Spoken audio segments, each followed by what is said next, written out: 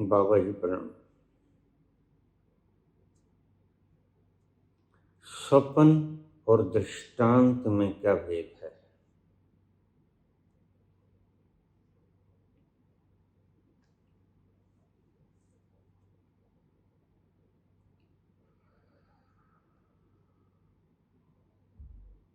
जब प्रकृति हमें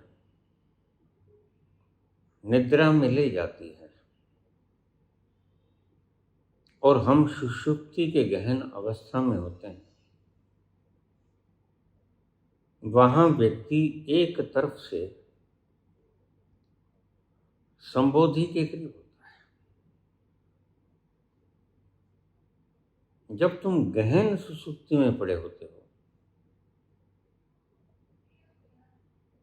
तो न तो तुम्हें पता है, ना ही बड़े से बड़ा वैज्ञानिक खोज पाया है, ना ही खोज पाएगा।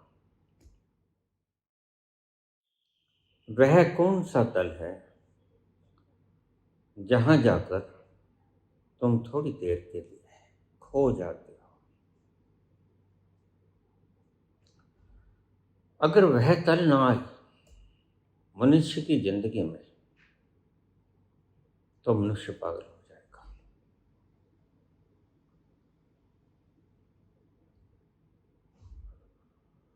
मनुष्य छोड़ो, प्रत्येक जीव को नींद की आवश्यकता होती है। जिस चींटी को वैज्ञानिक कहते हैं कभी नहीं सोती,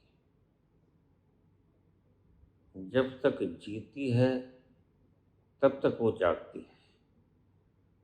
साइंस को पता नहीं, एक झपकी होती है,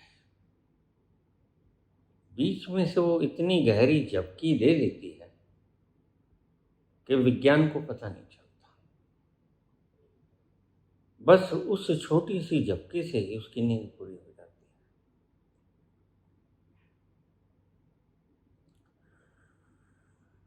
निद्रा अवस्था प्रकृति लेके जाती है तुम्हें सुषुप्ति के पास, और सुषुप्ति वो तल है जिस तल पर शक्ति और चेतना भरा पड़ा है। वहीं से तुम, जैसे पेट्रोल पंप पे हमारी गाड़ी का तेल खत्म हो जाता है, हम पेट्रोल पंप से जाके भरवा लेते हैं।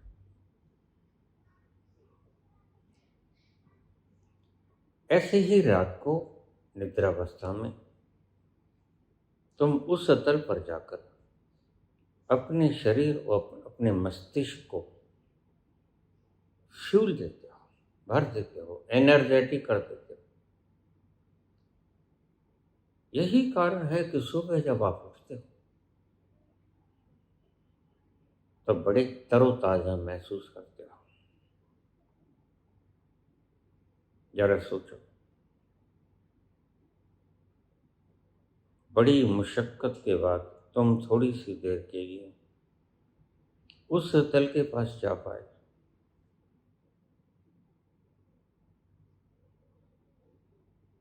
और संत जो हर वक्त उस तल के भीतर ही घुसा रहता है, उसके भीतर कितनी ताजगी होगी। इस परम ताजगी का नाम ही रस है। परम ताजगी से युक्त तुम संत के वचन पाओगे।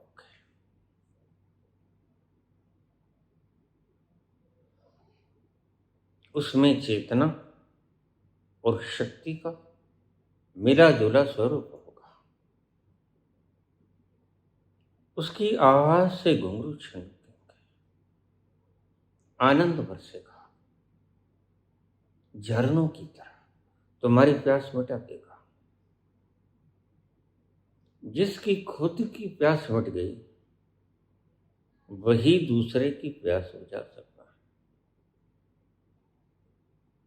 इस शब्द को अंडरलाइन करो। कुएं को कोई प्यास नहीं होती, क्योंकि कुआं तृप्त है। और कुआं खुला है। जो भी कोई प्यासा हो राहगीर वो कुएं से जल भर ले और पी ले, प्यास मिटा ले।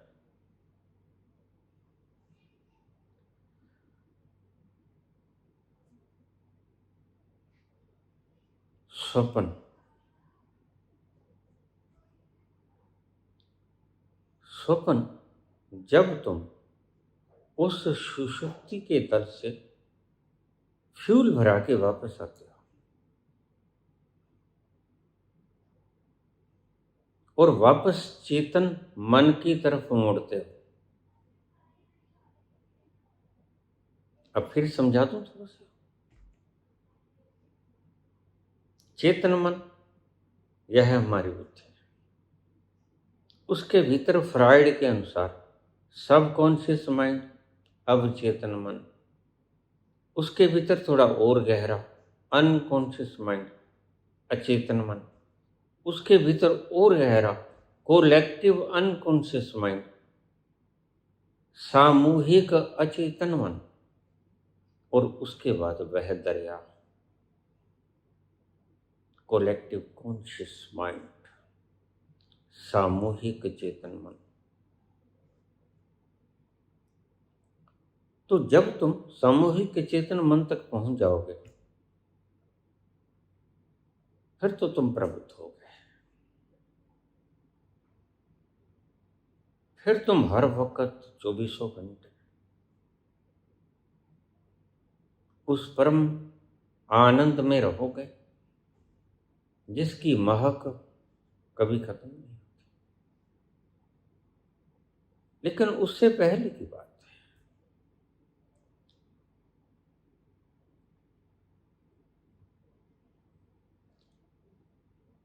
कोलेक्टिव अनकॉन्शियस माइंड में भी जब तुम चले जाओगे तो तुम अपने मन की बहुत गहरी परतों को खंगालोगे जो अभी भोगनी बाकी है। और वहां जाकर तुम दूसरों के मनों में भी उतर सकते हो। दूसरा तुम्हारे बारे में क्या सोच रहा है, संसार का सामूहिक अचेतन मन क्या सोचता है, तो तुम अच्छे से निहार सकोगे। तुम अच्छे से निहार सकोगे कि अमेरिका का सुपर प्रेसिडेंट डोनाल्ड ट्रंप क्या सोच रहा है। उसको चाहे ना पता, तुम्हें पता होगा। उससे ऊपर जब तुम आओगे तो फिर आएगा वह तल जो सुषुप्ति का तल है, जिसको अनकॉन्शियस माइंड का डीपेस्ट पॉइंट कहते हैं। एक एक शब्द को गहराई से सुनना, यह साइंस है मन की। और इसको संत अच्छे से तो जानता है कि उसने सारे क्षेत्र गली कूचे करोड़ों बार तय कर लिए होते हैं। दिल के आईने में थी तस्वीर यार, जब जरा गर्दन झुकाई देख। वह तुमसे बतिया भी रहा होता है और वक्त पाकर अपने भीतर छलांग भी लगा देता है, तुम्हें पता भी नहीं चलता। तुम संत को बोलते बोलते थोड़ी देर के लिए चुप चुप होते भी देखोगे।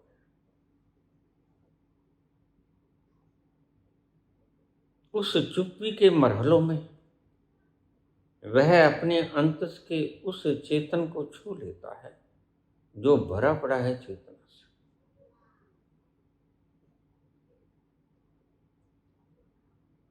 जो व्यक्ति पहुंच गया कोलेक्टिव कॉन्शियस माइंड तक वह संत हो गया। उस व्यक्ति को सपने नहीं आते। बुल्ले शाह का एक प्रसिद्ध वचन है, राती सपन न आवे उन जेड़े अल्लाह वाले हो। जो परमात्मा के उस आयाम में प्रवेश कर गए, उसको रात को सपना नहीं आता, यानी मन भटकता नहीं। तब तक सपना आएगा जब तक तुम कोलेक्टिव अनकॉन्शियस माइंड तक जाओगे, तब तक सपना आएगा। जैसे ही तुमने कोलेक्टिव कॉन्शियस मन को छू लिया, सपना गायब, दुख गायब, दर्द गायब, चिंता गायब, चिंतनाएं गायब, विकार गायब, विषय गायब।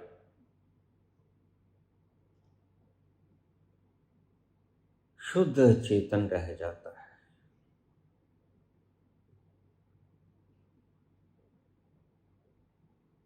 और जिस वक्त तुम उस तल को छू लेते हो, जिसे मैंने कोलेक्टिव कॉन्शियस माइंड कहा,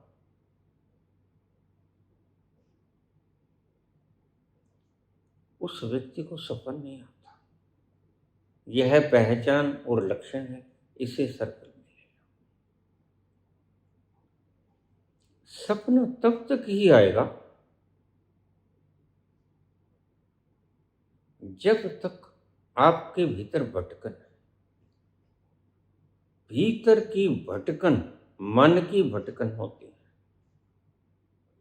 और मन की भटकन स्वप्न पैदा करती है। कोलेक्टिव कॉन्शियस माइंड के भीतर प्रवेश करने से या उसके ऊपरी सतह को टच करने में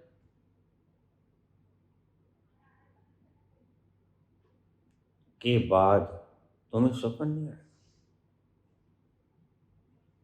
क्योंकि तुम्हारी सारी भटकना मिट गई। सत्य का पता चल गया।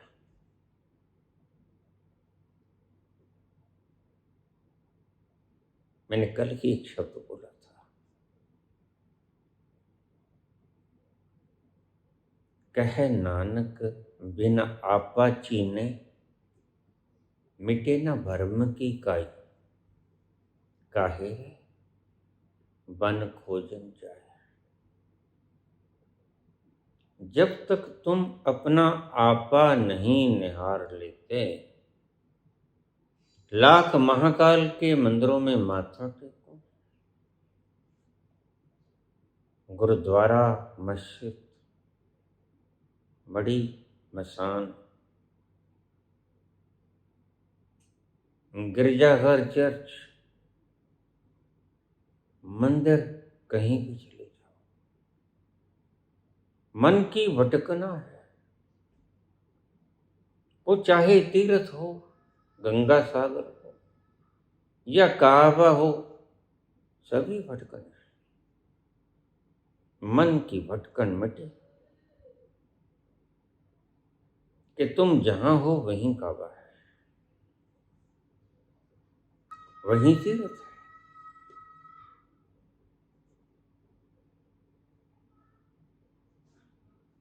जो व्यक्ति उस तल को छू गया, मैं थोड़ा धीरे बोल रहा हूँ, गहन विषय है, धीरे बोलने से तुम्हारे भीतर प्रवेश कर जाएंगे।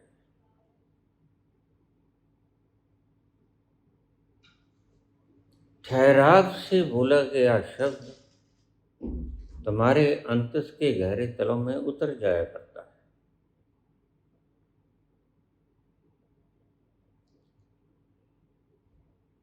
जिस व्यक्ति ने वह कोलेक्टिव अनकॉन्शियस माइंड का ऊपरी सतह भी छू लिया, उसको टच भी कर दिया, बस उसके बाद उसको स्वप्न नहीं आएगा, भटकना मिट गई, सारे रोग, कष्ट, क्लेश, दुख, दरिद्र सब समाप्त हो गए।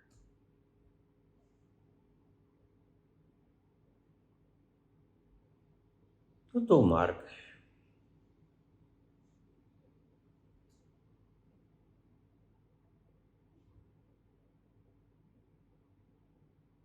तुम अभाव से ग्रस्त हो, तुम बीमार हो, तुम्हें कोई चिंता है, तुम्हें कोई व्याधि है, तो तुम बाहर से संसार में प्रयास करके उन अभावों को दूर करने का कोशिश कर सकते हो। यह एक तरीका है, लेकिन टेम्परेरी है। एक तरीका वह है जो परमानेंट है, स्थायी है, अस्थायी नहीं। वह है उस तल को छू लेना जिसे मैं कोलेक्टिव कॉन्शियस माइंड कहता हूं। उस तल को छू लेने के बाद तुम्हारा मन रूपी रोग मिट जाएगा।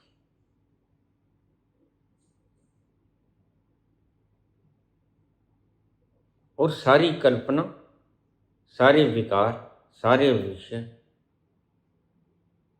सारी भटकना, स्वप्न इसी कारण से आते हैं कि तुमने वह तल छुआ लिया।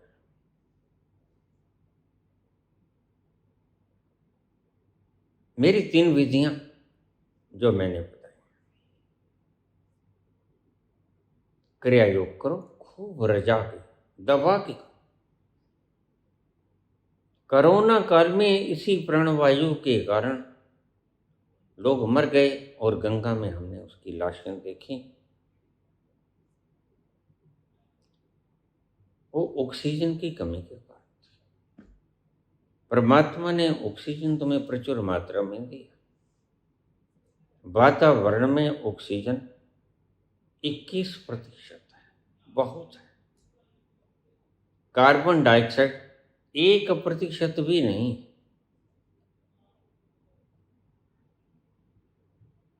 जिससे सारे पेड़ पौधे वनस्पतियां उगती हैं, पल्लवित होती हैं, वह 1% भी नहीं।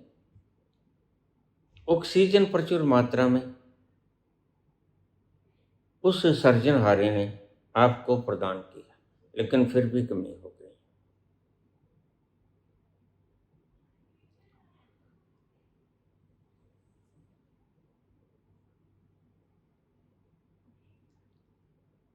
जिस व्यक्ति ने वह तल छू लिया,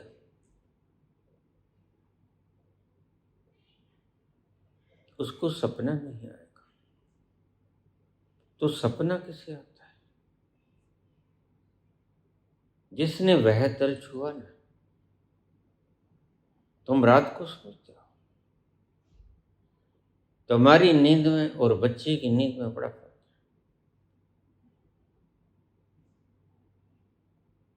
बच्चे को सपना नहीं आता। बच्चा जब थोड़ा बड़ा होता है तो उसे सपना आना शुरू होता है। जब मन भटकना शुरू होता है, उससे पहले बच्चे को सपना नहीं आता। कभी बच्चे को सोते हुए देखना, घूक बच्चा सोया होगा।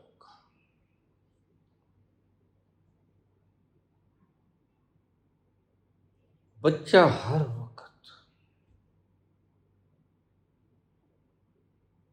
उस तल के करीब बैठा रहता है। अब थोड़ी यहां बात समझ।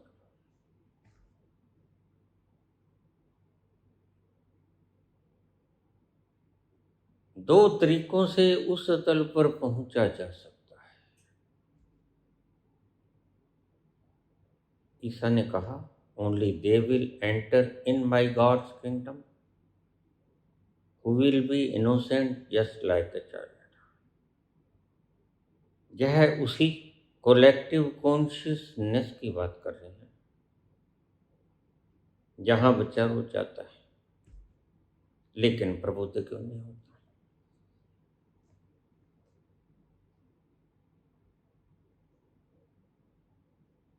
तुम भी बहुत गहरे में अगर बच्चों की तरह निर्दोष हो जाओ तो उस तल पर जा सकते हो।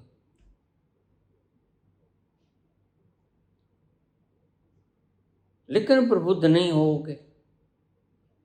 आइए आज मैं तुम्हारा भ्रम खत्म कर दूं।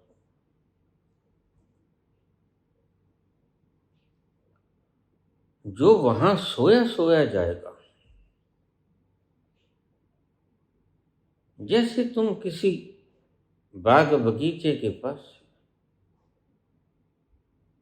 गुजर जाओ,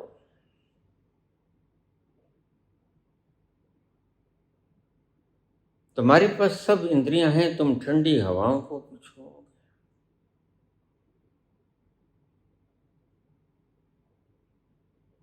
लेकिन वहां पर खिले हुए फूलों का, सुगंधों का आनंद नहीं ले पाओगे, क्योंकि तुम्हारे पास नासापुट नहीं होंगे।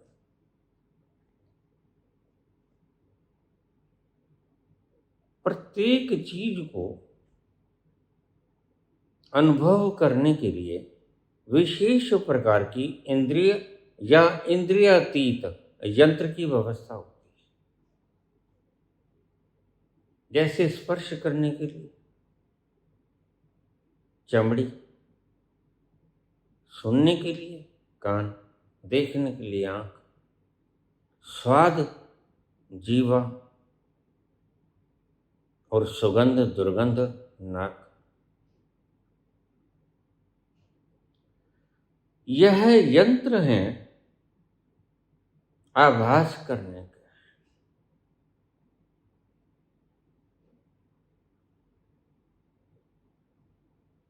और तुम अगर कहो कि मैं तो परमात्मा को देखना चाहता हूं, वैज्ञानिक से बोलो कि दिखाओ मुझे इलेक्ट्रॉन प्रोटॉन न्यूट्रॉन, वो कहेगा ठहरो, ऐसी आंखों से नहीं देखता। इसके लिए विशेष व्यवस्था की आवश्यकता पड़ती है। विशेष तरह के टेलीस्कोप वगैरह, उनमें से दिख जाएंगे तुम्हें।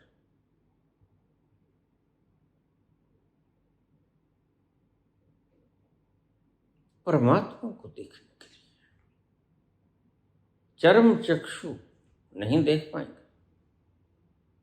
तुम सदा ही इसी भ्रम में जीते हो और इसी भ्रम में मर जाते हो कि परमात्मा हमारे सामने आएंगे,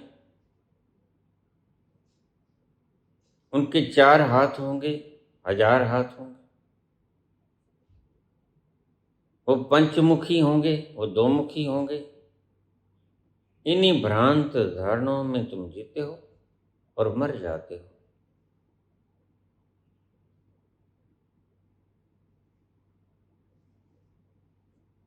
बच्चा रोज उस तल पर जाता है,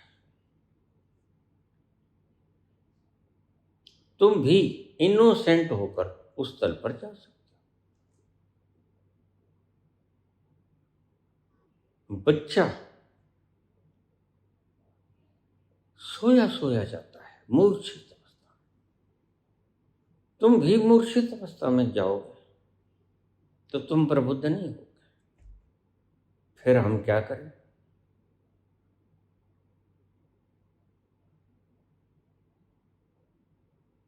रात को गहरी नींद लो बच्चों के समान। कोई अगर पाखंडी तुम्हें कहता है कि 1:30 बजे दर्शन कर लेना आके वृंदावन में राधा अकेले कुंज के पास, तो उसकी बातों को इग्नोर कर देना, वह पागल है। He should be mentally treated. अपनी नींद को किसी कारण से गंवाना नहीं। यह प्रकृति का एक शानदार तोहफा है, और अगर प्रकृति ने तुमसे नींद छीन ली तो तुम समझना कि प्रकृति ने अपने सबसे बड़ा जो गिफ्ट तुम्हें तोहफा दिया था उससे तुम महरूम हो गए। भूख, नींद, ये सब उसकी देन। तुम पदार्थ जुटा सकते हो, डनलप के पिल्लो खरीद सकते हो, नींद कहां से लेके आओगे? तुम स्वादिष्ट 3600 प्रकार के 56 प्रकार के भोग लगा देते।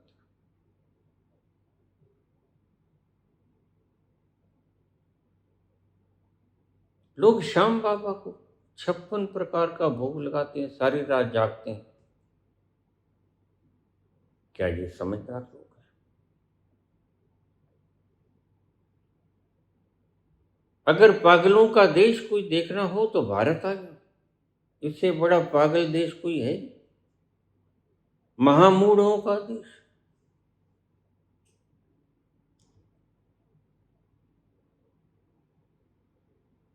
इस श्याम बाबा के अकेली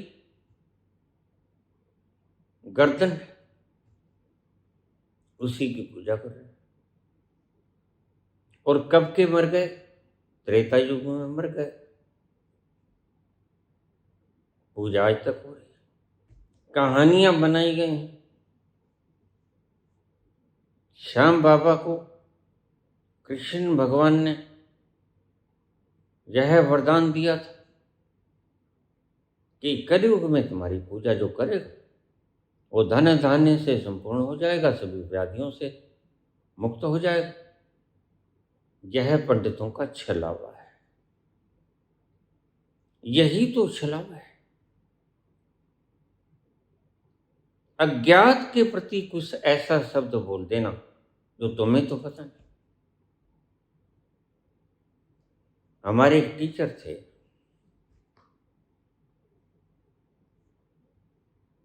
उनका नाम था शिवदत्त, तीसरी कक्षा में पढ़ाते थे। उनको अड़य बोलना नहीं आता था, अड़य। उस वक्त पैसा, दमड़ी, देला यह चला करता था। 57 की बात है।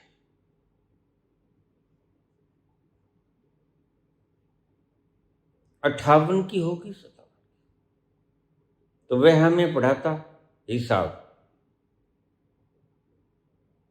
हिसाब, मैथ। तो वह हमें कहता, बच्चों बोलो, एक दमड़ी, दो दमड़ी, क्योंकि डै तो बोलना आता नहीं, दमड़ी होती है सही, दमड़ी। एक दमड़ी, दो दमड़ी, तीन दमड़ी का एक पैसा। तो हम भी वैसे ही बोलते हैं, एक दमड़ी, दो दमड़ी, तीन दमड़ी का एक पैसा। वो कहते नहीं, ऐसा नहीं। अच्छा तुम ऐसे सीखो, बोलो घोड़ा। अब घोड़ा तो उसे बोल रहा है, तो बच्चे ऊंचे से बोलते घोड़ा। अरे नहीं नहीं बेटा, नहीं।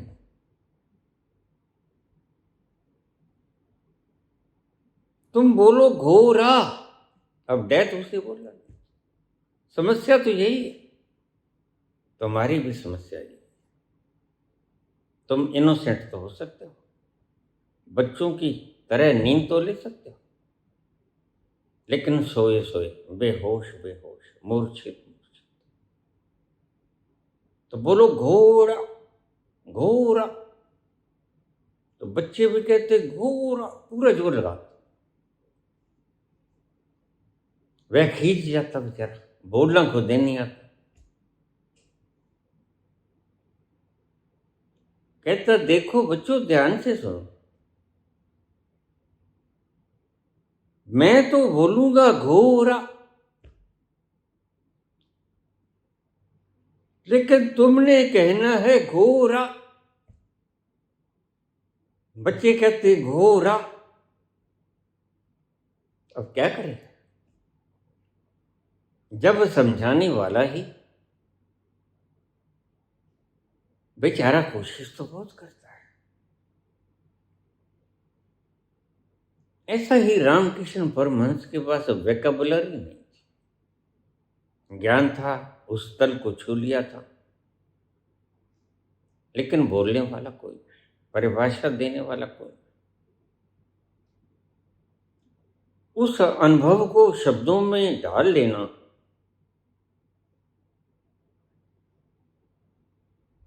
इससे बड़ी कलाकारी और कुछ नहीं।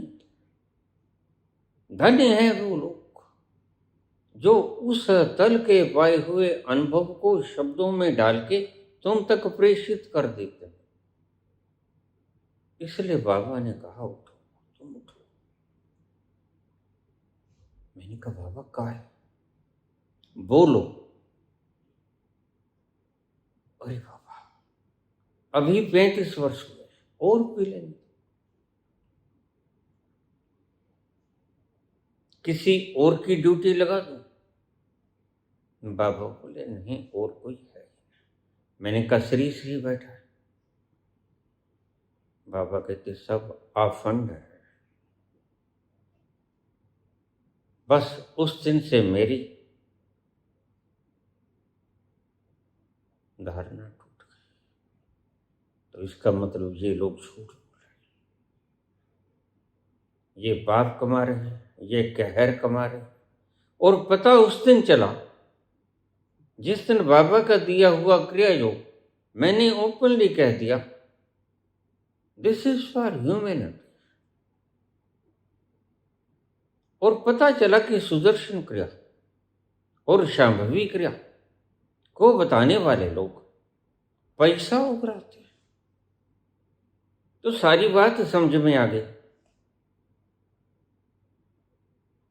निहित तो स्वार्थ है भाई। चाहे कोई संस्था के नाम पर मांगे, चाहे कोई सुदर्शन क्रिया के नाम पर मांगे, सब धन को इकट्ठा करने का प्रयास। तुम श्री श्री श्री भी कह दो तो कोई फर्क नहीं पड़ेगा।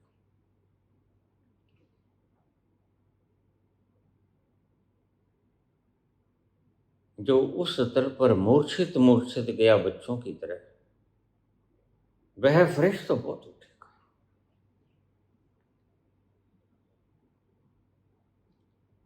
लेकिन प्रबुद्ध नहीं होगा। तो प्रबुद्ध कौन होगा, कैसे होगा? आइए मैं पहले इस बात को जवाब दे दूं।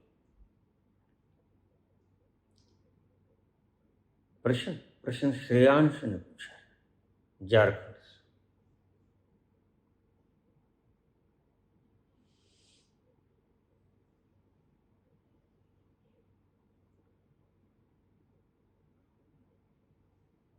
सुबह जब तुम उठ जाओ, ध्यान रखना कि रात को तुम मूर्छित होकर सोए थे। और तुम सौभाग्यशाली हो कि तुमने बहुत गहरे तलों पर जाकर ताजगी को ग्रहण कर लिया है। तुम परम ताजगी से भरे हुए। और फिर तुम सुबह बाहर आ गए। उस तल पर गए हुए व्यक्ति को स्वप्न नहीं आएगा।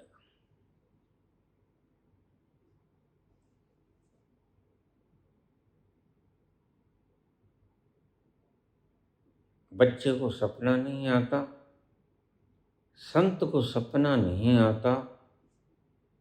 राती सपना आवे उन जेड़े अल्लाह वाले हो।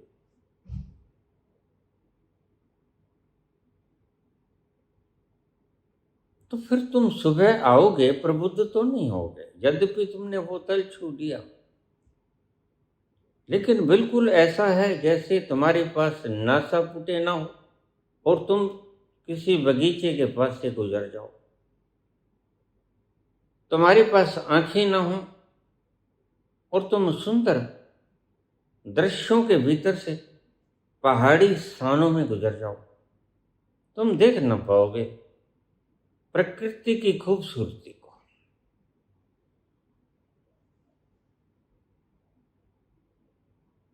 प्रत्येक अनुभव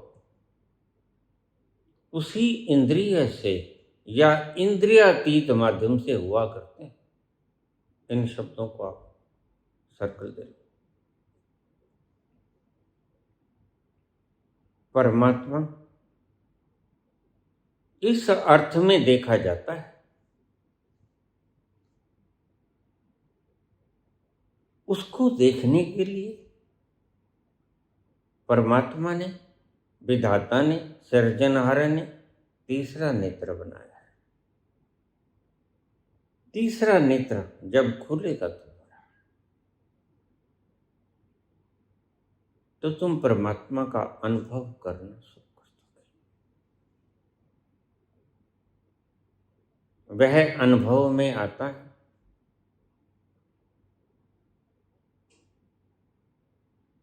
और सुबह सुबह तुम परम ताजा, full of energy and full of consciousness. जितनी कॉन्शियसनेस तुम वहां से ग्रहण करते हो, क्योंकि वो दोनों का संयोग है, एनर्जी प्लस कॉन्शियसनेस। चेतना भी है, शक्ति भी है वहां।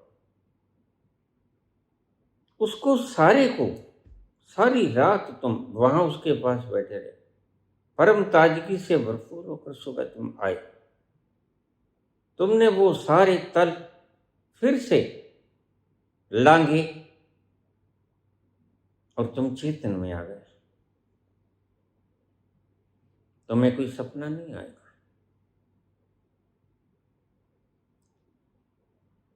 तो संतों ने कहा कि यह वेला जो ताजगी से इतना भरा पड़ा है, यह वेला है प्रभु को पाने का, प्रभु में लीन होने का। क्योंकि वहां जाने के लिए प्रचुर मात्रा में शक्ति चाहिए, और यह शक्ति तुम्हारे पास सुबह सुबह हो सकती है, क्योंकि सारी रात तुम इकट्ठा ही करते रहे। तो संतों ने कहा कि ब्रह्म वेला में उठ जाना और मौन होकर बैठ जाना। रात को तुम मूर्छित होकर सोए थे एनर्जी लेसनेस में। सुबह तुम जागे हो एनर्जी फुलनेस में। रात को योग्यता नहीं थी तुम्हारी ध्यान में जाने की, अब तुम्हारे में परिपूर्ण योग्यता है, क्योंकि शक्ति भी है और फुल एनर्जेटिक भी हो, चेतन भी। अगर तुम उसी तल पर चेतन चेतन चले जाते, जगते जगते चले जाते, तो तुम प्रबुद्ध हो जाते। जब तक प्रकृति तुम्हें उस तल पर लेके जाएगी तो ध्यान रखना, वह तुम्हें मूर्छित मूर्छित लेके जाएगी। जब तुम चेतन चेतन जाओगे तो तुम जगह जगह जाओगे। तो यही वेला थी जिसे ब्रह्म वेला कहा ऋषियों ने। तो ऋषि लोग करीब 3 बजे उठ जाते थे, क्योंकि रात्रि को सूर्य ढलते ही सो जाते थे। खाना उससे 1 घंटा पहले खा लेते। आज क्लब्स में 12 बज जाते, 1 बज जाते। कैसे उठोगे सुबह? और उठोगे तो एनर्जी लेसनेस में उठोगे, शक्ति नहीं होगी, और शक्ति के बिना वहां जाया नहीं जा सकता।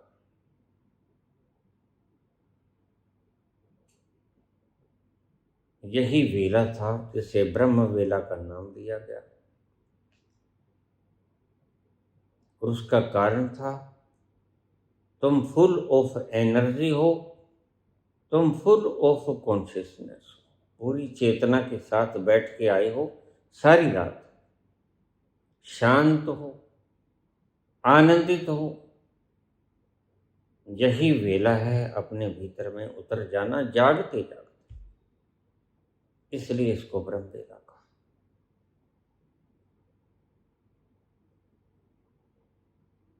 लेकिन अगर तुम 12 बजे, 1 बजे, 2 बजे सोओगे तो गलती मत करना। अगर तुम ऐसे ही पंचभौतिक शरीरों को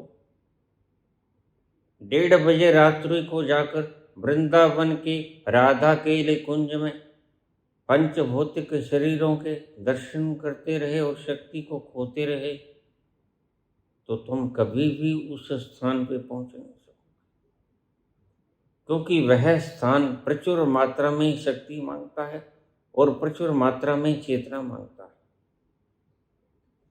चेतना तुमने खो दी, यह तो अभिशापित हैं इनको तो श्राप लगा है, इनको तो नींद नहीं आती, इसलिए ये तो जागेंगे और अपना लोभ पूरा करेंगे। डायलिसिस भी कराना है, अपने शिष्यों को भी पालना है, तो इनकी मजबूरी है। तुम इनकी मजबूरी में इनका साथ नहीं। अगर कोई वहां जाकर व्यक्ति उसके बाद प्रसिद्धि को प्राप्त कर लेता है, इट्स मियर को इंसिडेंट, उस व्यक्ति के कारण नहीं हुआ, क्योंकि यह व्यक्ति तो इतना ताजा भी नहीं कि उस ताजगी से उठा हुआ आशीर्वाद तुम्हारे ऊपर बरस जाए। उससे ज्यादा आशीर्वाद तो तुम्हें बच्चा दे सकता है। बच्चा तरोताजा है। बच्चा अगर प्रसन्न हो जाएगा तो परमात्मा प्रसन्न हो जाएगा। क्यों? He is full of energy, he और शी एंड कॉन्शियसनेस।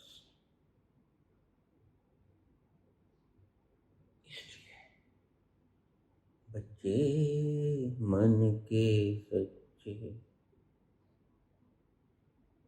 बच्चे मन के सच्चे,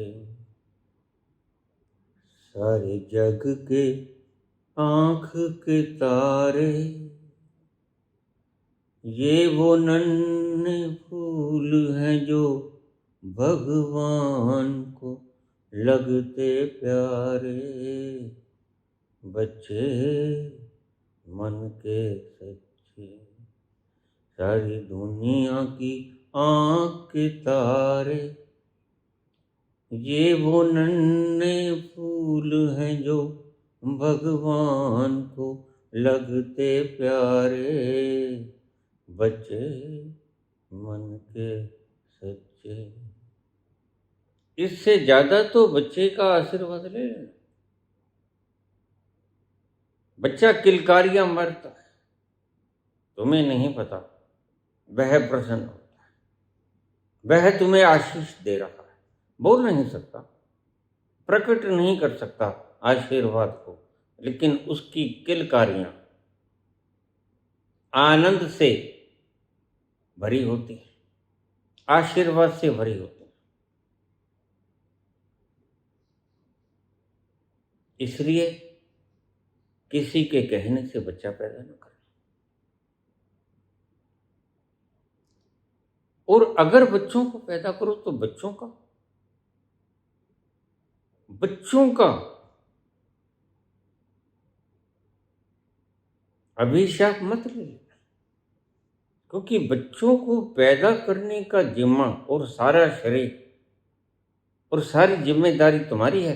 तुमने बच्चों से पूछा नहीं कि हम तुम्हें जन्म दें कि ना दें, उसमें बच्चे की कोई रजा नहीं। मात्र एक तुम ही हो जिम्मेदार या गुनाहगार, जो चाहे समझ। तो अगर बच्चों को तुमने दुखी करना है, मेरे पास रोज ऐसे प्रश्न आ जाते हैं। माँ बाप बच्चों से कहते हैं यहां माथा टेको, यहां माथा टेको। तुम बच्चे पैदा किए कि गुलाम पैदा किए? और फिर अगर तुम हमारी बात नहीं मानो तो हम सारी उम्र का कमाया हुआ तुम्हें हिस्सा नहीं देंगे। बच्चे के ऊपर मानसिक दबाव पड़ जाता है। उस स्थिति में बच्चा तुम्हें श्राप देता है। ये सारा विज्ञान तुम्हें समझाता, और तुम इसीलिए चैन की सांस कभी नहीं ले सकते।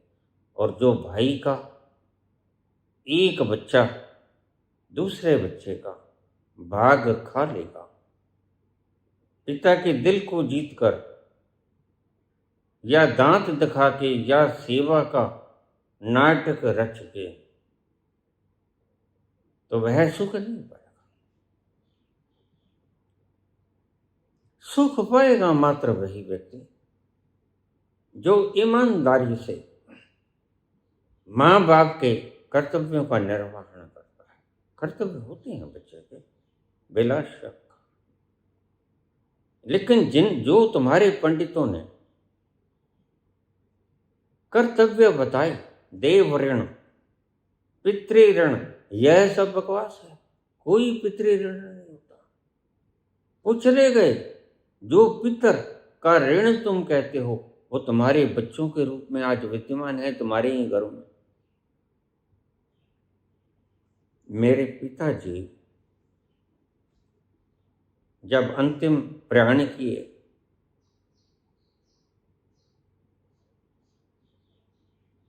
तो मेरी जांघों के ऊपर उनका सर था, प्राण त्याग दिया।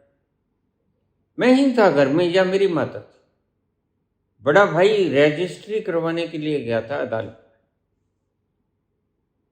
किसी व्यक्ति ने विश्वास करके सारी कॉलोनी उसके नाम करवा दी थी, इनकम टैक्स से बचने। तो जब भी कोई प्लॉट बिकता वह भाई को ले जाता और वह ईमानदारी से उसके नाम करा देता।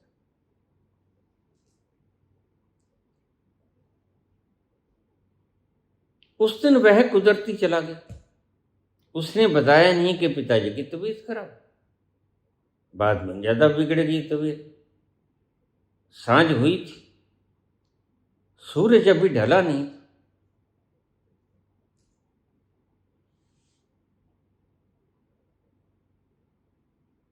तो मां ने कहा, पुत्र तुम्हारे पिता ठीक नहीं लगते, इन्हें जमीन पर उतार लो। मैंने पांव की तरफ से पकड़ा, माता ने हाथों की तरफ से पकड़ा। हम जमीन के ऊपर उतार लेंगे। जमीन के ऊपर क्यों उतारते हैं? यह साउथ नॉर्थ डायरेक्शन में रखना होता है।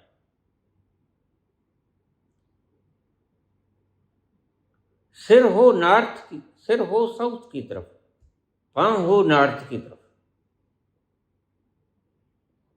तो वह मृत व्यक्ति की जान बहुत ही जल्दी निकल जाती है। अब इस बात को समझिए, थोड़ा साइंटिफिक बात।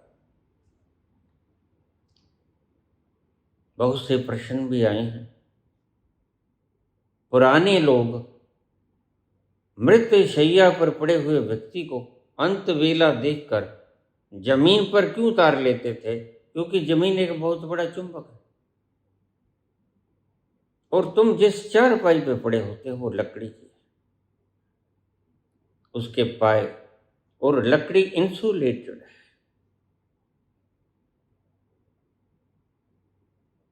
तो इस धरती का चुंबक साउथ हो नॉर्थ उसके ऊपर प्रभाव नहीं डालता, और डालता है तो बहुत कम डालता है।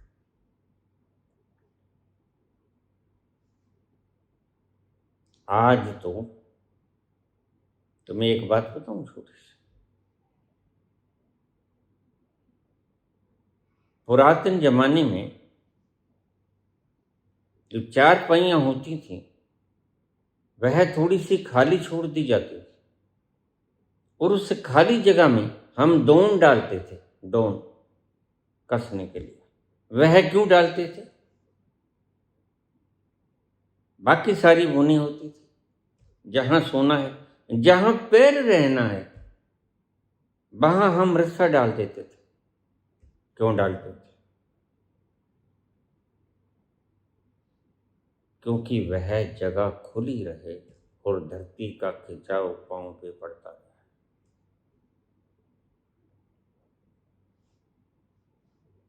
धरती इतनी दूर से भी खींचती है तभी तो ऊपर से आसमान में से खींच लेती है। फिर तुम सोए होगे, अगर वो स्पेस नहीं होगी, दोन जिसे कह देते हैं, तो फिर धरती ठीक से खींच नहीं पाएगी। आज तो बैठ आ गए, आज तो कोई दोन भी नहीं, आज तो सीधी लकड़ ही होती है, सनमाई का होता है या बोर्ड होता है, सब लकड़ी है और सारा इंसुलेटेड है। जरा भी तुम्हारे साउथ और नॉर्थ का प्रभाव नहीं पड़ता। तो मां ने कहा इसको नीचे उतार लो। मैंने पिताजी का शरीर सिर नॉर्थ की तरफ, क्षमा करना, दक्षिण की तरफ, ऐसे समझोगे। दक्षिण की तरफ सिर कर दिया और नॉर्थ की तरफ पांव कर दिया, हिमालय की तरफ पांव और लंका की तरफ सिर। इसको नक्शे के हिसाब से ऐसे देख लेना, श्रीलंका जिधर है उधर सिर, और जिधर पहाड़ है उधर पांव। तो नीचे उतारते ही 1 मिनट के अंदर अंदर पिताजी ने प्राण त्याग दिया। 1 मिनट भी नहीं लगा, सही सही। कोई तड़पन नहीं, किसी प्रकार का रुदन नहीं, शांत, परम शांत में चले गए। बाद में भाई आया और वह सेठ भी आए, उन्होंने उलाहना भी दिया। अगर पिताजी की तबीयत इतनी खराब थी तो हम कल रजिस्ट्री करवा देते, फिर करवा लेते, लेकिन हमने कहा कोई बात नहीं, ये भी तो करना है।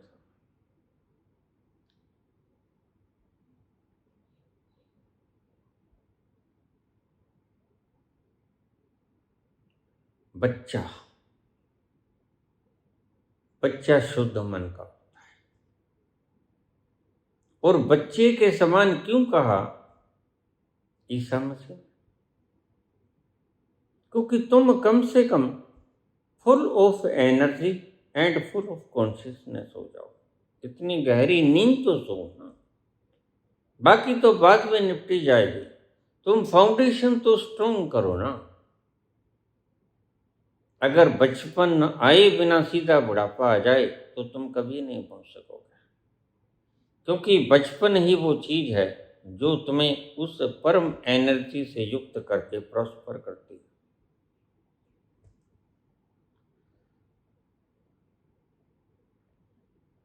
सुबह सुबह सारी रात की एनर्जी और कॉन्शियसनेस के समुद्र के पास तुम मौजूद रहे, उसके वाष्प तुम तक आते रहे और तुम फ्रेशनेस महसूस करते रहे। बड़ी प्यारी नींद आई। सुबह तुम जागे, और जब तुम जागे तो तुम फ्रेश तो बहुत थे,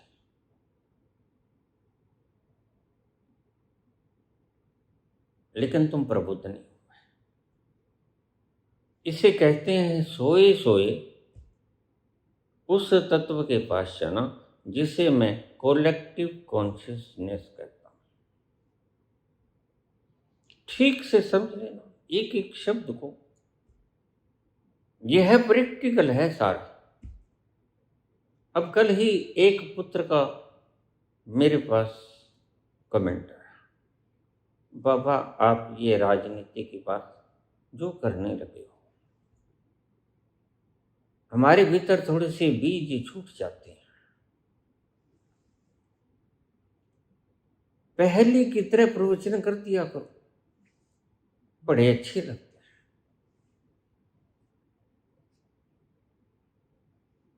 मैंने कहा पुत्र वो तो मैं बोल चुका हूं सारा, यदा कदा भी बोलता रहूंगा। जैसे आपके प्रश्न आज आ गया श्रेयांश का, तो मैंने प्रश्न ठीक समझा, मैंने जवाब दे दिया, और मैं जानता था पहले मैंने इस प्रश्न का जवाब नहीं दिया, तो ऐसे मैं बोलता तो रहूंगा। अध्यात्म पर बोल ही रहा हूं, लेकिन उसका क्या करूं? जो तुम कहते हो भूखे भजन न हुए गोपाल, तो ठग लोग अगर तुम सर्वोच्च पदवी पर बैठा दोगे तो फिर तो तुम उम्मीद ही मत रखना कि तुम कभी सुख का सांस ले सकोगे। इस देश को इस वक्त एक ईमानदार, समझदार, कर्मठ और देश प्रेमी की जरूरत है। सच्चे देश प्रेमी की आवश्यकता है। और मैंने यह अपना कर्तव्य समझा। मैं चला था, टिकट बुक करा दिया था नवंबर के महीने का, लेकिन पीछे से आवाज आई कि मत जाओ,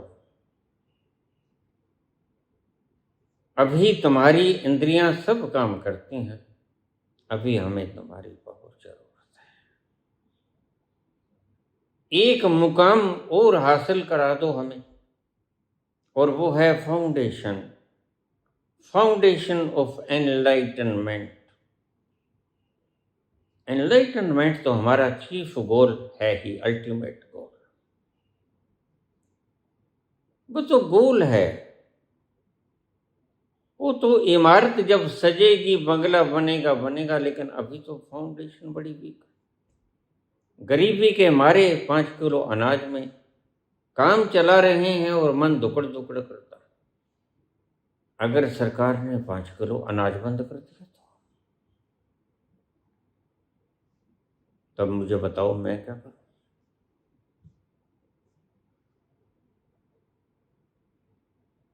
अगर हम आज इस बात की परीक्षा करते हैं, मेरे सुनने वालों, श्रोता, तुम आज कमेंट जरूर करो, कमेंट कि क्या मुझे राजनीति पे बोलना चाहिए या नहीं बोलना चाहिए, जबकि मैं तुम्हारे प्रत्येक आध्यात्मिकता का प्रश्न का जवाब बखूबी देता हूं, मुझे कोई फर्क नहीं पड़ता। चोरों की चोरी बताते हुए मेरे ऊपर कोई बोझ नहीं आता। मैं बेफिक्र, निर्भय होकर, बेखौफ होकर बोल देता हूं कि इसने चोरी की, और इसमें मेरा कुछ घटता नहीं, और तुम जागृत हो जाते हो। तुम जागृत न भी हो, लेकिन मैं अपना दायित्व पूरा कर देता हूं, और मुझे पता है धीरे धीरे दुनिया जागृत हो रही है, क्योंकि मेरे बोले हुए शब्द मुझे फिर से सुनाई पड़ते हैं लोगों के माध्यम से। मैं समझ जाता हूं कि हिना रंग लाने लगी है, रंग लाती है हिना पत्थर पे घिसाने के बाद। होश में आता है बंदा ठोकरें खाने के बाद।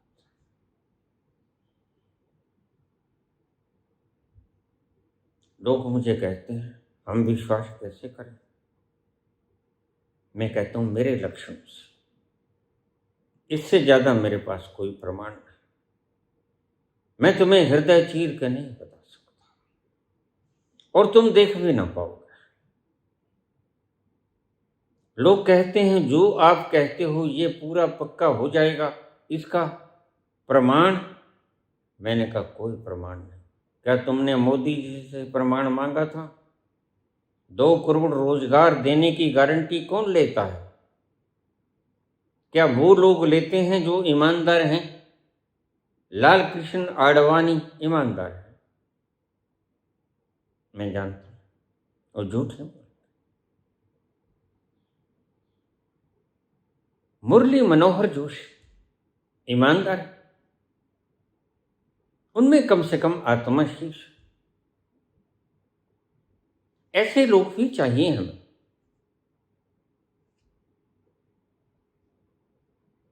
जब उन्होंने कहा था कि अच्छे दिन आएंगे,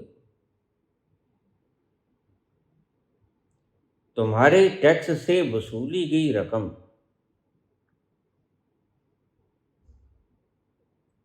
अगर झूठ को फैलाने में लगा दी जाए तो क्या आपके खून पसीने की कमाई सही ढंग से लगाई गई राजा के द्वारा? इसका जवाब तो तुम ही दे सकते हो। मैं तो संतुष्ट हूं, मैं तृप्त हूं, मैं परिपूर्ण तृप्त हूं, मुझे कोई कमी नहीं। मैंने अंतिम छोर पा लिया, the ultimate goal of life. मेरे भीतर कोई वासना नहीं, कोई विकार नहीं, कोई विषय नहीं, कोई मांग नहीं, यहां तक के ईर्ष्णा नहीं, जीने की भी ईर्ष्णा नहीं। जीवेषणा भी मर गई।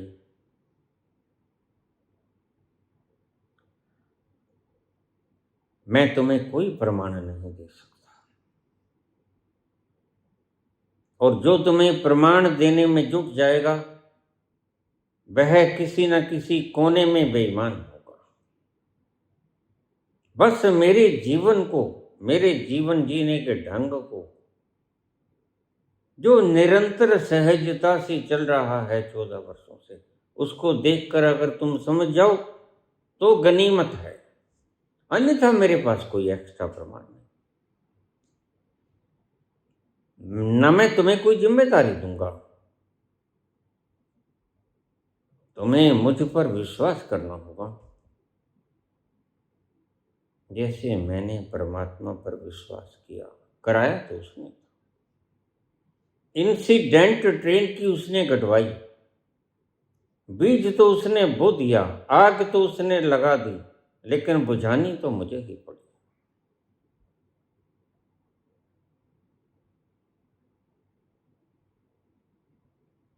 दर दर भटका, पन्ना पन्ना पलटा, सबसे पूछा, लेकिन कुछ न मिला। मैंने चांद और सितारों की तमन्ना की थी, मुझको रातों स्याही के सिवा कुछ ना मिला।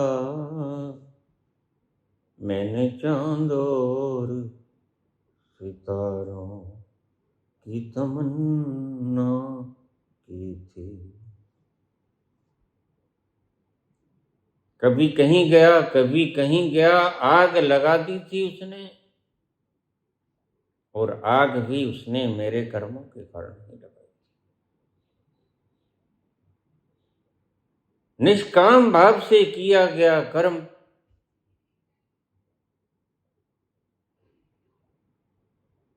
और अंत बता देता है, अंतमति सो गति।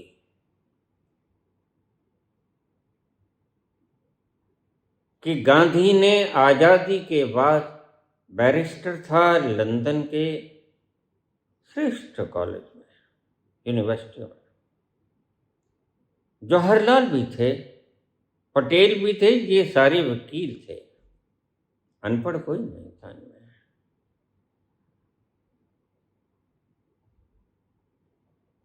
इन्होंने अमीरी भी भोगी थी, इन्होंने फकीरी भी भोगी थी।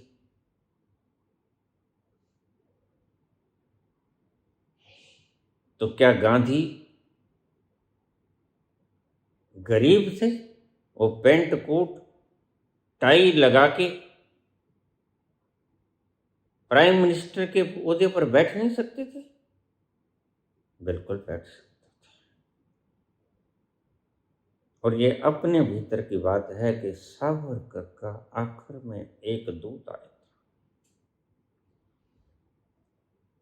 वो कहता, मोहन, मोहन ही कहा करता था, गद्दी पर तुम्हारा अधिकार है। ये लोग सिर्फ अधिकार मांगते हैं, कर्तव्य नाम की कोई चीज नहीं होती इनके पास। गद्दी पर बैठना तुम्हारा अधिकार है, इतना कुछ तुमने किया, तुम्हारी लीडिंग व्यवस्था ने करवाया है, तुम ही तो मोहरे बने थे, अन्यथा यह मुहिम आगे न चलती। तो तुम बैठ जाओ, तुम्हारा अधिकार है, तुम्हारा हक है, प्रायोरिटी बेस पर। गांधी कहते, मैंने इसलिए नहीं, मेरा कर्तव्य था। भारत माता फौलादी बेड़ियों में जकड़ी हुई थी, और उन बेड़ियों में जकड़ी थी जो महाबली था। 3/4 संसार उसके हाथ में था, काबिज था, सत्ता थी, शक्ति थी, पैसा था, लेकिन क्योंकि मेरा लक्ष्य ये नहीं था। इसे कहते हैं निष्काम कर्म। और इसका पता चलता है बाद में। जैसे मैंने यूपी से आए हुए उस मजदूर की बात आपको बताई। वो काम करता सारे दिन, जी तोड़ के काम करता, शाम को दिहाड़ी ना लेके जाता।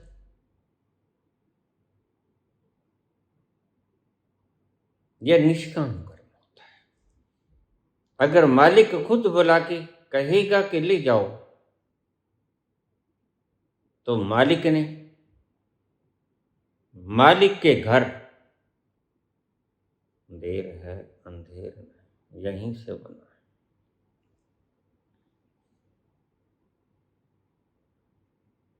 बस अच्छा किया, गुड़ से गोली मार गया, अन्यथा सिर मारता, इधर उधर फिरता, एनलाइटेंड तो हुआ नहीं। और अगर कहीं मेरे प्राण आखिर में बोलने की क्षमता रखते, थोड़ी देर के लिए मुझे जीवन मिला होता। मेरे ही तो शिष्य थे सारे, अभी अभी तो आजाद हुआ था, 5 महीने से ज्यादा, 5.5 महीने हुए थे देश को आजाद। जिस स्वतंत्रता के लिए इतना कार्य किया, उस स्वतंत्रता का कोई लुत्फ नहीं उठाया। वो भी इन्हीं आरएसएस के फैलाए हुए झगड़ों से निपटने में लग गया। कभी पश्चिमी बंगाल जा रहे हैं, कभी पंजाब आ रहे हैं। तो इन लोगों ने यहां वहां ही भेजा रखा, उसे देश का बंटवारा भी कर दिया। जो गांधी कहते थे बंटवारा मेरी लाश के ऊपर होगा, उसकी एब्सेंस में बंटवारा कर दिया, अन्यथा ये लाहौर। और यह हमारे सिखों का तीर्थ स्थल करतारपुर, यह भारत के इलाकों में होता, हम इसके बदले कुछ और दे देते उन्हें, जमीन और बहुत थी। लेकिन क्योंकि मुझे दूर रखा गया और पीछे से इन्होंने बंटवारा कर दिया। एक ऐसा लेके आए आदमी जिसने भारत की संरचना ही नहीं देखी थी, उसने लाइन खींच दी पागलों की तरह, चलो बंटवारा हो गया। समर्थ को नहीं दोष गोसाई, समर्थ थे भाई, जैसा बंटवारा कर गए। क्या करें?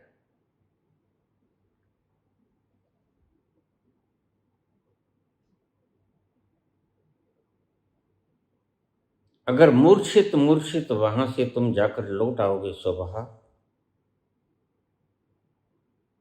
तो तुम प्रबुद्ध तो नहीं होगे, लेकिन ताजगी से भरे।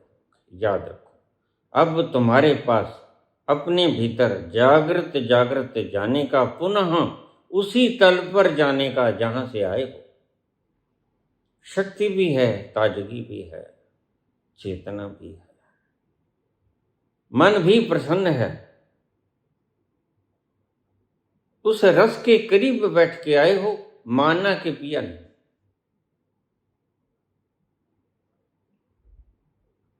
तो सुबह सुबह उसको पीने की तरफ बढ़ना, यही कहा था ऋषियों ने, ब्रह्मर्षियों ने। बिगड़ते बिगड़ते बात कहाँ आ गई? 3:40 पर कुछ टपकता है आसमान से, और अगर तुम जगते होगे तो तुम पी लोगे और तुम प्रबुद्ध हो जाओगे। कितने प्रबुद्ध हुए? पागल हो गए। सुबह के जागने से, नींदों को खोने के कारण तो तुम पागल हो जाओगे। नींद पूरी कर कर तो संत सदा ही उठते रहे, क्योंकि वो तो सूरज ढलते ही सो जाते थे। उसका कारण है कि लाइट नहीं होती थी, विद्युत नहीं थी, बल्ब नहीं था, सूरज गया तो रोशनाई गई।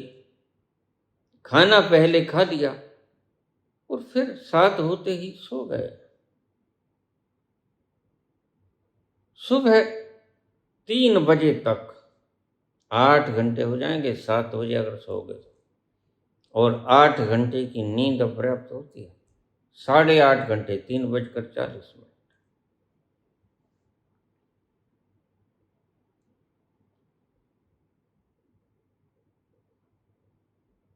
तो जब तुम वहां से वापस आओगे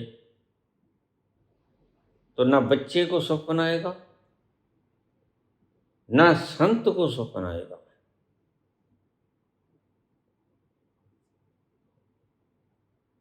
लेकिन ब्रह्म वीरा में तुम इतने ताजगी से भरे हो गए, तुम इतने कॉन्शियसनेस से लबालब भरे हो गए कि तुम अपने अंत में उतरने के लिए तुम्हारे पास पर्याप्त शक्ति और चेतना। तुम ऊँघते ऊँघते नहीं फिरोगे। तो ध्यान रखना, इन मस्टंडों का दर्शन मत करना। अगर ये रात को जगाएं तो मत जागना।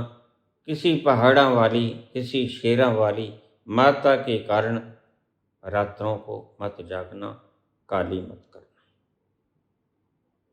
ये मूर्खों के ढकोसले हैं, ये तुम्हें बहकाने के ढंग हैं, छलावे हैं, धन उपार्जन करने के बहाने हैं, क्योंकि मोदी राज में रोजगार तो है ना, और पैसा इन्हें चाहिए। पहले जोड़ने के लिए चाहिए था, आज घर चलाने के लिए चाहिए। सारी रात खुद भी जागते हैं, तुम्हें भी जगाते हैं। ऐसी मूर्खताओं को त्याग दो। मैं ऐसा ही करूंगा। सभी धार्मिक अनुष्ठानों को तुम्हारी आस्था के ऊपर कोई प्रतिघात नहीं होगा, लेकिन वो आस्थाएं तुम्हें तुम्हारे घर की 4 दीवारी में ही निपटानी होगी। मंदिर मस्जिद सब ढा दिए जाएंगे, डेरे फेरे सब उड़ा दिए जाएंगे। यहां पर मनुष्य को जीवन दायिनी कनक या जीरी बोई जाएगी। यहाँ हॉस्पिटल बना दिए जाएंगे, यहाँ पर यूनिवर्सिटीज खड़ी कर दी जाएंगी, और प्रत्येक व्यक्ति को जो देश का नागरिक है, 18 वर्ष से ऊपर जो है, वह देश का नागरिक है।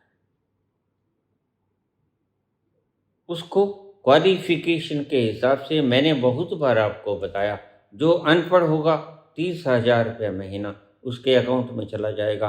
माँ बाप को बच्चों की तरफ देखने की आवश्यकता नहीं पड़ेगी। माँ को अलग, बाप को अलग, और बच्चों को अलग, सबको अलग अलग। अगर सभी अनपढ़ हैं तो 30-30 हजार। अगर 10-12 पढ़े तो 40, अगर BA पास है तो 50, अगर MA पास है तो 75,000 महीने का बिना हील हुज्जत किए आपके बैंक अकाउंट में डाल दिए जाएं। और अगर तुमने PhD कर ली तो 1 लाख रुपये में। वक्त वक्त पर इनकी महंगाई के हिसाब से बढ़ा दिए जाएंगे, और अगर महंगाई घट गई तो घटा दिए जाएंगे। ये तो हमारी कार्य प्रणाली है, क्या महंगाई को बढ़ाते हैं या घटाते हैं, लेकिन आपका गुजर बसर बढ़िया होता रहेगा।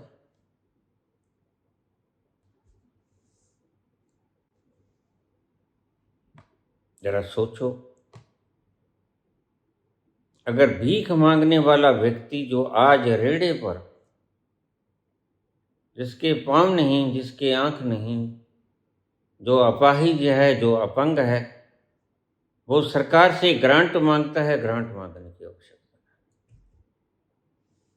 वो बिल्कुल अनपढ़ है तो उसको 30,000 तो मिलेगा ही, लेकिन उसको मांगना छोड़ना पड़ेगा। अगर कोई मांगता देख लिया तो वह प्रताड़ित किया जाएगा। यह मंगतों का देश हमने नहीं बनाना, तो मंगते हो। जागरण करने वाले भी मंगते हैं, पाठ पूजा का आयोजन करने वाले भी मंगते हैं। पैसे को इकट्ठा करना ही तो मांगना होता है। और मांगना तुम कैसे कहते हो? परमात्मा की याद तो भीतर से तुम्हें आती है।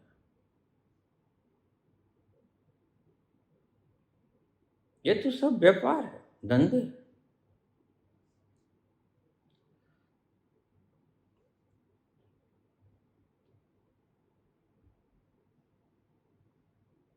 और सुबह सुबह ब्रह्म मुहूर्त में तुम उठे, full of energy, full of consciousness. उस चेतना, उस एनर्जी को लेकर यही मैं कहता हूं, ब्रह्मचर्य के पालन करने से तुम इतनी शक्ति को जोड़ लोगे, वृहद शक्ति के तुम मालिक हो जाओगे। लेकिन ब्रह्मचर्य को साधना है, वो भी जबरदस्ती लड़ाई झगड़ा करके नहीं साधना है। उसमें तो तुम शक्ति को फिर खोओगे। लड़ाई से ज्यादा शक्ति तुम ब्रह्मचर्य का अगर खंडन कर दोगे तो कम शक्ति होगी। लड़ाई करोगे तो ज्यादा शक्ति खर्च होगी। लड़ाई मत करो। सहज पके सो मीठा हो, धीरे धीरे पकने दो। भटकोगे, अनिवार्य है। बार बार काम वासना इतनी प्रगाढ़ बनाई परमात्मा ने, अन्यथा जगत की उत्पत्ति रुक जाए। काम के उन क्षणों में तुम इतने मूर्छित कर दिए जाते हो प्रकृति के द्वारा, जितने रात्रि की निद्रा में बच्चे को मूर्छित कर देती है प्रकृति, उतने ही तुम मूर्छित हो जाते हो। और तुम्हें वहां बड़ी जरूरत है जागरूकता की। तो साधो जागरूकता को। काम वासना को तुम अवेयरनेस से देखो, देखते ही रह जाओ। बस आराम से अपने आप में स्थिर मगन हुए बैठे रहो। काम वासना के बादल आएंगे, ठहरेंगे, चले जाएंगे। ऐसे ही क्रोध, अहंकार, लोभ, मोह, सारे विकार आने दो, ठहरने दो, जाने दो। इसमें तुम्हारी शक्ति खत्म नहीं। तो सुबह सुबह तुम बैठ जाओ। ध्यान रखो, कोई माला नहीं, मालाओं को तोड़ दो, गंगा में बहा दो। इनकी कोई आवश्यकता नहीं। परमात्मा तुमसे कोई हिसाब नहीं मांगेगा, मैं जिम्मेवार हूं।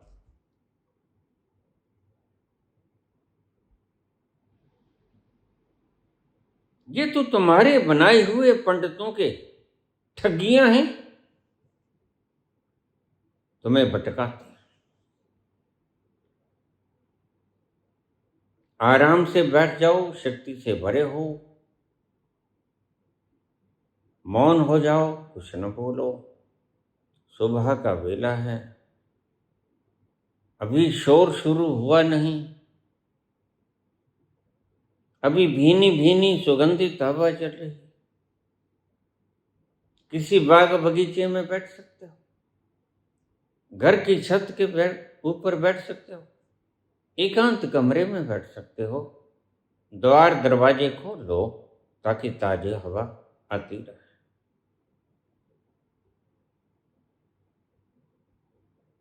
अपने भीतर उतरने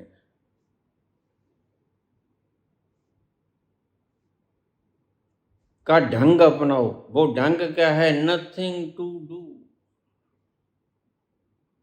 अपने भीतर उतरने का ढंग है, प्रयास नहीं। प्रयास तो करना है।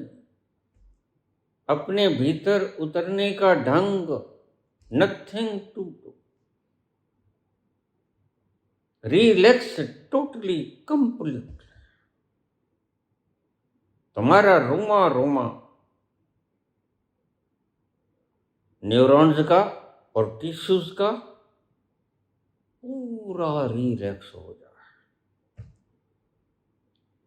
उन तंतुओं पर, टिश्यूज पर या न्यूरॉन्स पर तुम्हारी पकड़ न बचे, क्योंकि तुम्हारी शक्ति बहुत जगहों पे लगी है, बारीक जगहों पे, तुम्हें पता भी नहीं।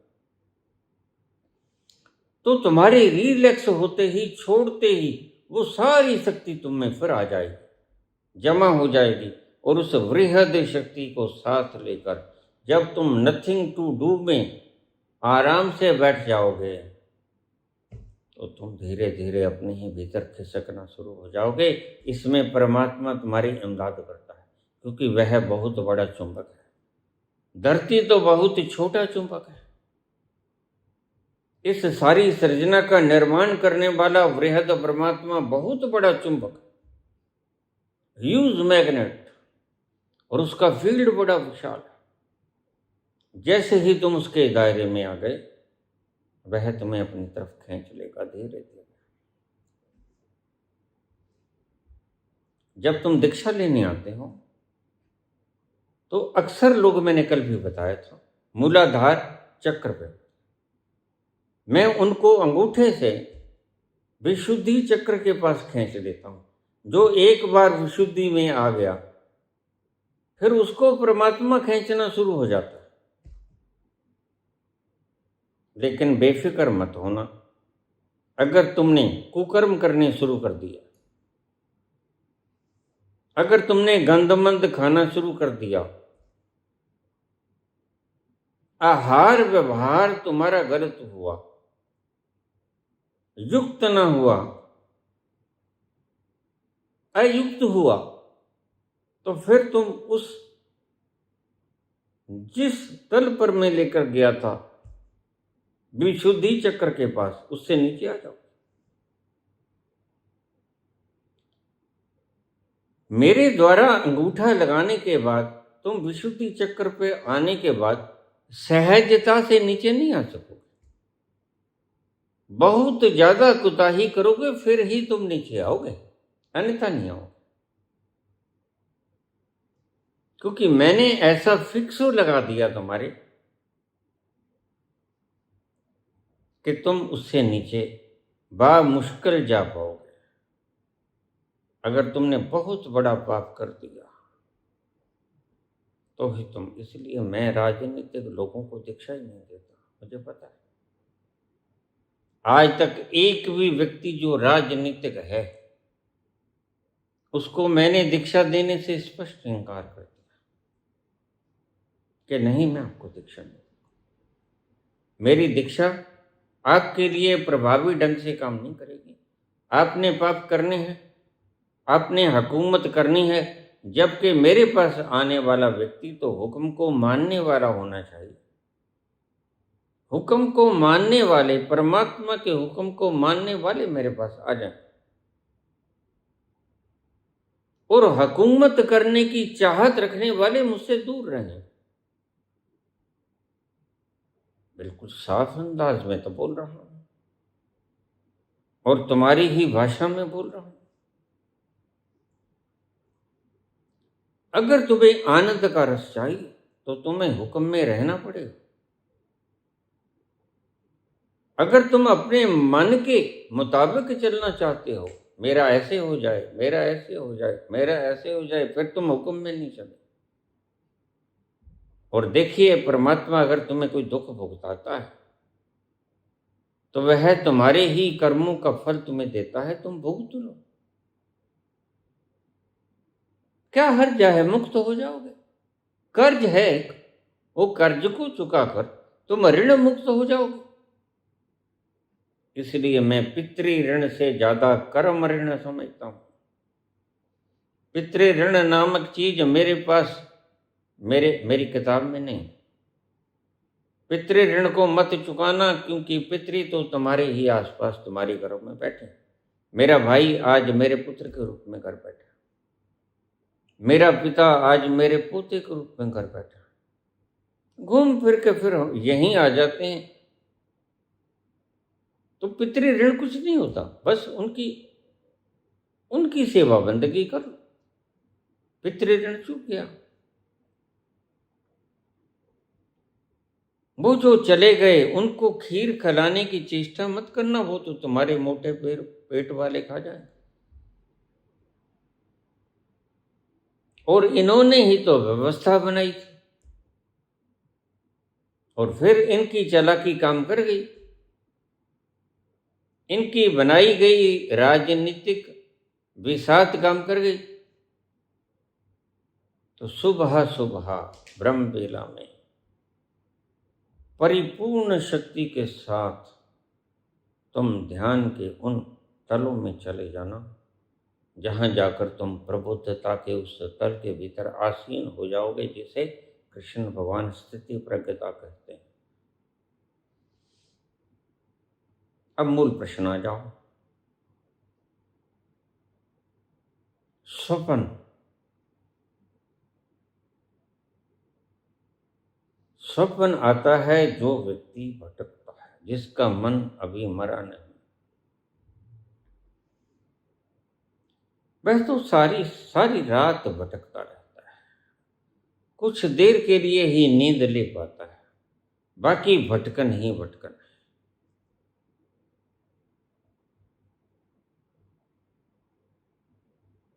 इस भटकन के कारण तुम्हें स्वप्न आता है, उनका कोई मायना नहीं होता। एक होता है दृष्टांत, वह दृष्टांत आता है ठहरे हुए व्यक्ति को। जो व्यक्ति ठहर गया, जिसने ठहरने के आयोजन करने शुरू कर दिए, ध्यान में जाना शुरू कर दिया, नथिंग टू डू में बैठना शुरू कर दिया, वह ध्यान का आयोजन करने लगा। फिर धीरे धीरे उसके स्वप्न दृष्टांत में तब्दील हो जाएं। And what's the difference between the two? स्वप्न तो तुम्हारे मन की भटकन है, जो तुमने सोचा, जो तुमने देखा, वह तुम्हें दिख जाएगा। लेकिन दृष्टांत तुमने ऐसे आएंगे जैसे तुमने पहले देखे नहीं। वो दृष्टांत भविष्य में होने वाली घटनाओं से संबंध रखते हैं। अब तुम्हारे प्रश्न का आखिरी जवाब का आखिरी तल छूने वाला। स्वप्न तो सभी देखते हैं, भटकते हुए मन। और आज गुरुमुखी कोई कोई व्यक्ति है, मनमुखी है सारी दुनिया। और जो मन के पीछे लगेगा वह भटकेगा। मन लोभी, मन लालची, मन चंचल, मन चोर, मन के मते न चारिये, पलक पलक मन और। तो जिसका मन ठहर गया उसको आएगा दृष्टांत, जिसका मन चलायमान है उसको आएगा स्वप्न। अब यह बुनियादी फर्क समझ लो। स्वप्न तो तुम्हारी भटकन है,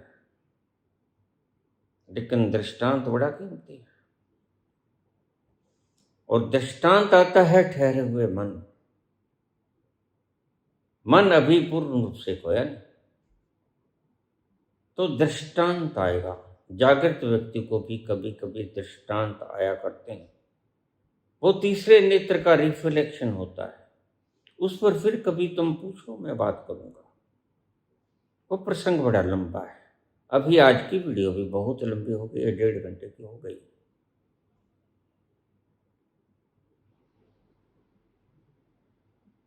मन के खोने के बाद जो तुम चित्र देखोगे अपने मनस्पटल पर, उसको दृष्टांत कहते हैं। और वह दृष्टांत भटके हुए मन से नहीं आएगा। वह दृष्टांत coming events cast their shadows before. आने वाली घटनाएं अपनी छायाओं को पहले गिरा देती हैं तुम्हारे मनस्पटल पर। उसको उपेक्षित भाव से मत देखना। वो किसी समझदार व्यक्ति से पूछ लेना। समझदार कौन? सियाना व्यक्ति जो पहुंच गया उस स्थल पर। माना आज अभाव है, लेकिन फिर भी कहीं कहीं रोशनाई जल रही है। वो सॉल्व कर देंगे, तुम्हें बतला देंगे तुम्हारे इस दृष्टांत का अर्थ क्या है। स्वप्न का कोई अर्थ नहीं होता। दृष्टांत आने वाली घटनाओं का, coming events cast their shadows before. अब इसको थोड़ा सा मैं व्याख्यायित कर दूं, क्योंकि इसमें बड़ी बारीकी। यह होने वाली घटनाओं का पूर्ण प्रमाण नहीं है, वर्ण तुम्हें अलर्टेशन है, सावधान करना है कि तुम अलर्ट हो जाओ, सावधान हो जाओ। तुम इसको टाल भी सकते हो अगर तुमने ठीक से विचार कर लिया, और अगर तुमने इसकी तरफ उपेक्षित भाव से देखा तो वह घट जाए। फिर तुम्हें बाद में याद आएगा, ओहो, यह तो मुझे परमात्मा ने पहले दिखा दिया था। अब यह बारीक फर्क मैंने आखिरी तुम्हें समझा दिया। दृष्टांत भी दो तरह का होगा। दृष्टांत का मतलब क्या है? यह घटनाएं अगर तुमने ठीक से इनके ऊपर कोई कार्य ना किया, उपेक्षित कर दिया, तो ये घटेंगी ही घटेंगी। और अगर तुमने इनके ऊपर थोड़ा सा ध्यान किया और सावधान हो गए, सावधानी को हटाना मत, सावधानी हटी, दुर्घटना घटी। अलर्ट रहना, जागृत रहना। वो जो स्वप्न आया वो परमात्मा की तरफ से तुम्हें एक अलर्टेशन आया, भविष्यवाणी आई कि यह होगा। जिस तरह से तुम चल रहे हो, तो तुम चल रहे हो किसी मार्ग पे, और परमात्मा जानता है कि सुकर्म आगे जाकर क्यों आएगा, और आंखें तुम्हारे पास है नहीं, तो वह तुम्हें दृष्टांत देगा कि तुम कुएं में गिर पड़े। बस इसका मतलब ये नहीं कि गिर पड़े, इसका मतलब ये है कि समझ जाओ आगे कुछ खतरा है। बुद्धि है, सोचो, समझदार व्यक्तियों से पूछो। सब सियाने एक मत, मूर्ख अपनो अपनी। जो सियाने हैं, जो उस तल पर पहुंच गए, उनसे मशवरा लो कि ऐसा खतरनाक या अच्छा दृष्टांत आया, बताओ इसका क्या मतलब। वो बता देंगे। घटनाएं घट सकती हैं अगर तुम उपेक्षित हो गए, निगलेक्ट कर लिया तुमने, और घटनाएं नहीं घटेंगी जो तुम्हें दिख गई रात्रि के उस प्रहर में, और आमतौर से सुबह सुबह आता है, जब तुम पूर्ण चेतना और शक्ति से युक्त होते हो। दृष्टांत तभी आता है। तो यह तुम्हारे लिए अलर्टेशन है, सावधान, सावधान। मैं देख रहा हूं आगे कुआं है, और वह तो पल पल का ज्ञाता है, पल पल पल पल का दृष्टा है। वह जानता है कि जिस मार्ग पे तुम चले हो आगे कुआं है, तो तुम वहीं ठहर जाना, विचार करना, यह दृष्टांत क्यों आया? कहीं मैं किसी ऐसे मार्ग पे तो नहीं जिस मार्ग पर चलने से कोई खतरा है? तो फौरन उस राह पे विचार करके उस राह को छोड़ देना। क्योंकि जब परमात्मा का अलर्टेशन आ गया तो वह सर्वज्ञ है, वह सब जानता है। इसलिए तुम बेहतर यह होगा कि वह मार्ग जिस पर तुम सीधे चल रहे थे उस पर उल्टे चलने शुरू कर दो। जिस तरफ मुंह था उस तरफ पीठ कर लो, जिस तरफ पीठ थी उस तरफ मुंह कर लो, उल्टा चलना शुरू हो जाओ, बला टल जाएगी। देखो कि तुम क्या कर रहे हो इन दिनों में। परमात्मा का अलर्टेशन है दृष्टांत। मन की भटकना है स्वप्न, और स्वप्न का कोई अर्थ नहीं होता। दृष्टांत का अर्थ होता है, दृष्टांत परमात्मा की वार्निंग है। आवाज़ाए खलक नकाराए खुदा।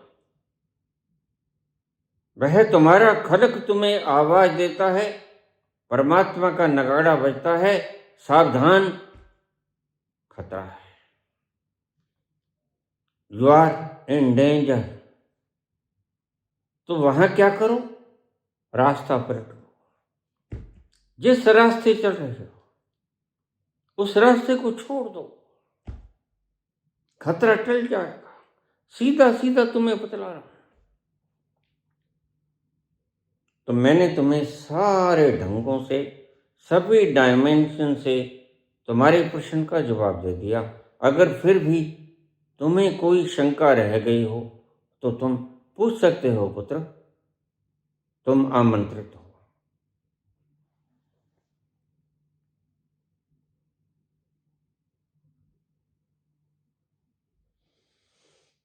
ना कछु लेना ना कछु देना, ना कछु लेना ना कछु देना,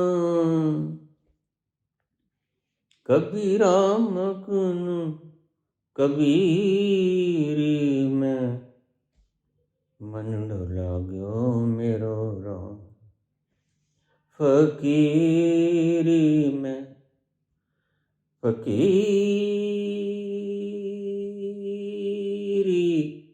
में मन लागो मेरो राम। जो सुख पायो राम भजन में, जो सुख पायो राम भजन में, जो सुख पायो राम भजन में, वो सुख नहीं अमीरी में, अमीरी में मन लागो मेरो राम। फकीरी में फकीरी में मन लागो मेरो राम।